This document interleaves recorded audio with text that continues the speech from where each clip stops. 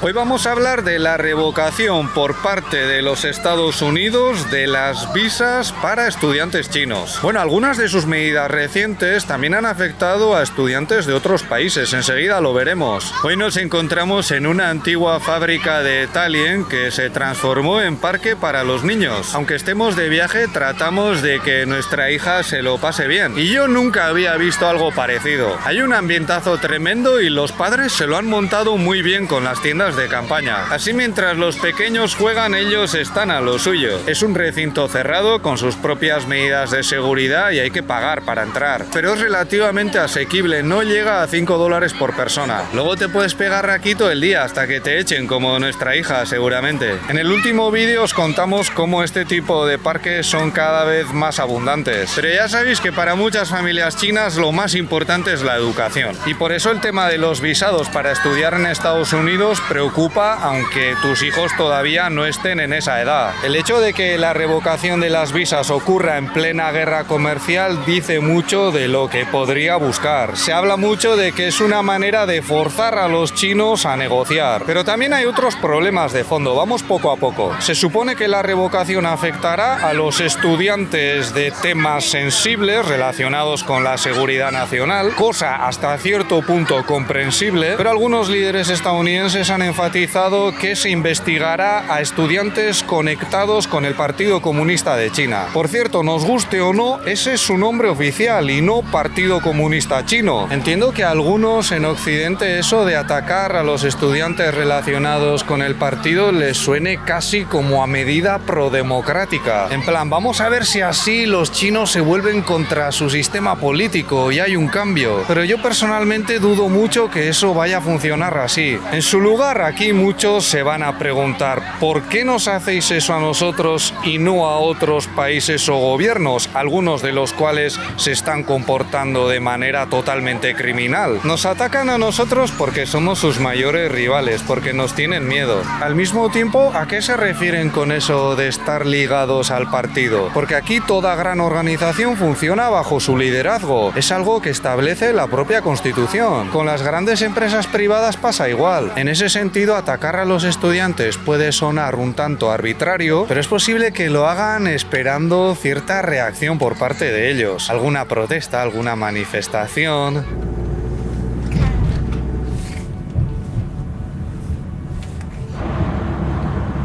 Vamos a Shenyang, la capital de Liaoning. Estamos dando una vuelta un poco loca por el noreste. Shenyang tiene casi 8 millones de habitantes en la zona urbana. Estuvimos de visita hace más de 10 años, pero no nos acordamos de casi nada. Volviendo al tema del vídeo, se estima que podría haber unos 280.000 estudiantes chinos en los Estados Unidos. Puede parecer poco teniendo en cuenta la población total del país, pero preocupa. Al fin y al cabo estamos hablando del futuro de muchos jóvenes y también de sus familias. Los centros formativos de los Estados Unidos siguen disfrutando de muy buena reputación entre los chinos, pero ya no es lo que era. Si lo comparamos con el pico que tuvo lugar en 2019, en el curso 2023-2024 había 100.000 estudiantes menos procedentes del gigante asiático. De hecho, ahora mismo en los Estados Unidos y también en Canadá, la mayoría de los estudiantes extranjeros son de la India. Según datos de la Open Doors International Students Data, los indios serían un 29,4% y los chinos un 24,6%. Y entre las razones de la disminución estarían los efectos de la pandemia, pero también la mejora de las condiciones de vida en casa y el creciente ambiente hostil que viven los chinos en el país norteamericano. En los últimos años, más de un científico destacado de origen chino ha denunciado el acoso por parte de las autoridades estadounidenses, y algunos lo han llegado a pasar muy mal tras ser acusados de espionaje.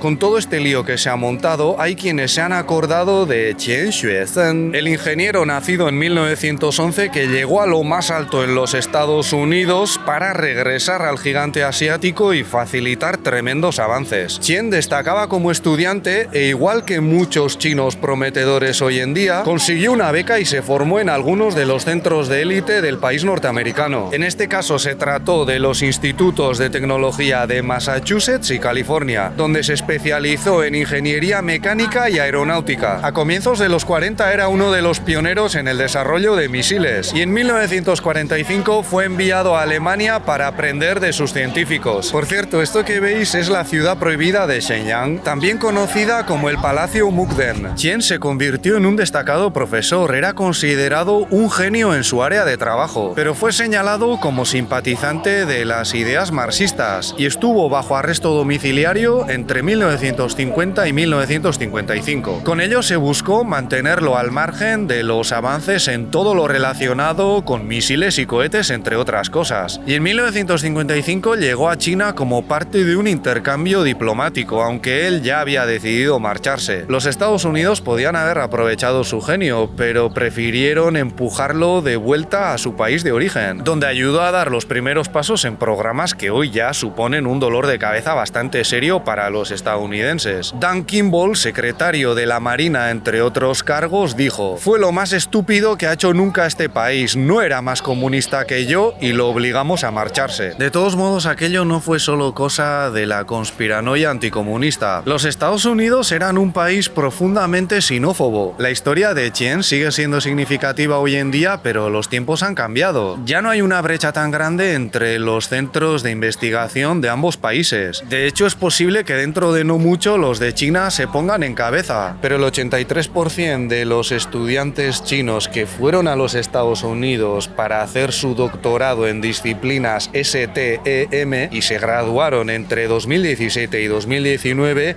seguían allí en 2023. Eso es un porcentaje 10 puntos superior al de la media global. Es decir, ahora hay muchos más talentos chinos del más alto nivel en el país norteamericano que en tiempos de Chen. Y claro que el riesgo de espionaje existe, pero expulsarlos podría tener consecuencias mucho más graves. Recordemos que DeepSeek ha sido fruto de un grupo de investigadores cuya mayoría no ha salido de China. Aquí ya se estudia muy en serio y cerrar las puertas a la colaboración no parece lo más razonable. A lo mejor los Estados Unidos deberían enviar a parte de sus talentos aquí. ¿Tan seguros están de que no hay nada que aprender de los chinos? Desde luego no se puede decir que no hayan sido invitados.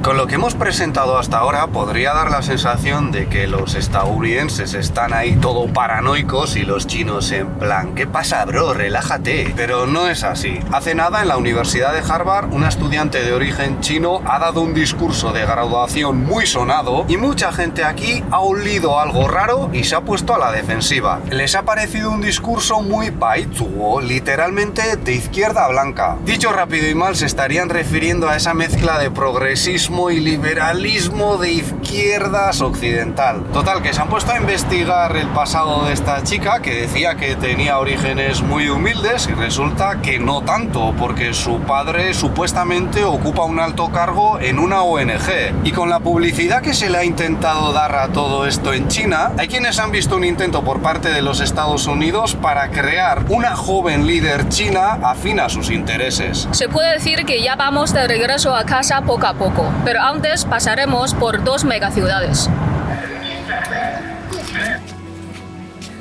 Esta atracción turística es bastante especial. Se trata del final de la Gran Muralla China en el extremo este, en la costa. La mayor parte de lo que vemos está reconstruido. La muralla original, que era de la penúltima dinastía, fue destruida por fuerzas británicas y francesas en el año 1900. China quedó sometida por la alianza de 8 naciones, entre las que se encontraban Alemania, Japón, Rusia, Estados Unidos, Italia y Austria-Hungría, además de los 2 países antes mencionados. Algunas de esas naciones ya se presentaban como adalides de la democracia, pero aquí se comportaron como cualquier otra potencia colonial, y los chinos no se olvidan de eso. Volviendo al tema del vídeo, parece que Trump quiere suspender los visados a todos los estudiantes extranjeros de Harvard. O sea, la cosa va más allá de China, pero también podría ser una forma de presionar a otros países para que se pongan de su lado en la guerra comercial contra el gigante asiático. O sea, como con los aranceles, que al principio parecía que eran para todos, pero luego se vio que la cosa iba sobre todo con China. Como vengo diciendo, está claro que aquí el ataque a los estudiantes chinos ha dolido. Creo que podemos decir que es una medida bastante agresiva, porque afecta de manera directa a cantidad de familias que han hecho un enorme esfuerzo para que sus hijos se formen en los Estados Unidos. Entonces tendríamos que preguntarnos qué ha podido hacer China para merecerse una respuesta así. Y lo más probable, desde nuestro punto de vista, es que esté relacionado con las restricciones para acceder a sus tierras raras. Ya sabéis que los chinos controlan buena parte de su producción a nivel global. Hace poco hemos pasado por algunas de sus zonas mineras más importantes y resulta que son un ingrediente clave para la industria militar, entre otras. Esto seguramente ha fastidiado mucho a los Estados Unidos y de ahí que hayan reaccionado con el tema de los visados. El problema ahora es que si China ha decidido jugar esa carta, la de las tierras raras, lo lógico es que lo haga hasta el final, porque si aflojan, los Estados Unidos podrían buscárselas por otras partes y luego ya no podrían presionarles igual. Es la misma lógica por la que los Estados Unidos no dejan de apretar con el tema de los chips. Ya nos diréis qué pensáis de todo esto. Nosotros la semana que viene nos vamos a Pekín y como de costumbre os invitamos a que nos acompañéis. Eso es todo por hoy. Si este vídeo os ha parecido interesante podéis darle un me gusta, compartirlo, suscribiros o ayudarnos a través de Patreon, donde tenemos contenido extra como las clases de mandarín de Lele y directos exclusivos.